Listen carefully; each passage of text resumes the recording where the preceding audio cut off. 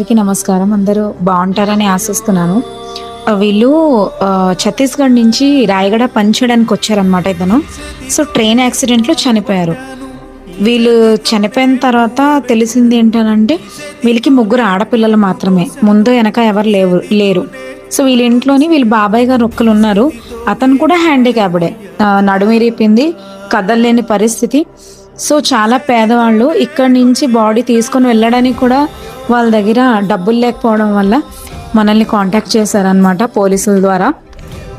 So, అందుకు ఈ కార్యక్రమం మేము ఇలా జరపాల్సి వచ్చింది. ఈ చేతితోనే పాలు పట్టాను, ఈ చేతితోనే పువ్వ పెట్టాను, ఈ చేతితోనే తలకు పోశాను, ఈ చేతితోనే కాళ్ళు విసికాను, ఈ చేతితోనే పాడే మొయ్యాలా.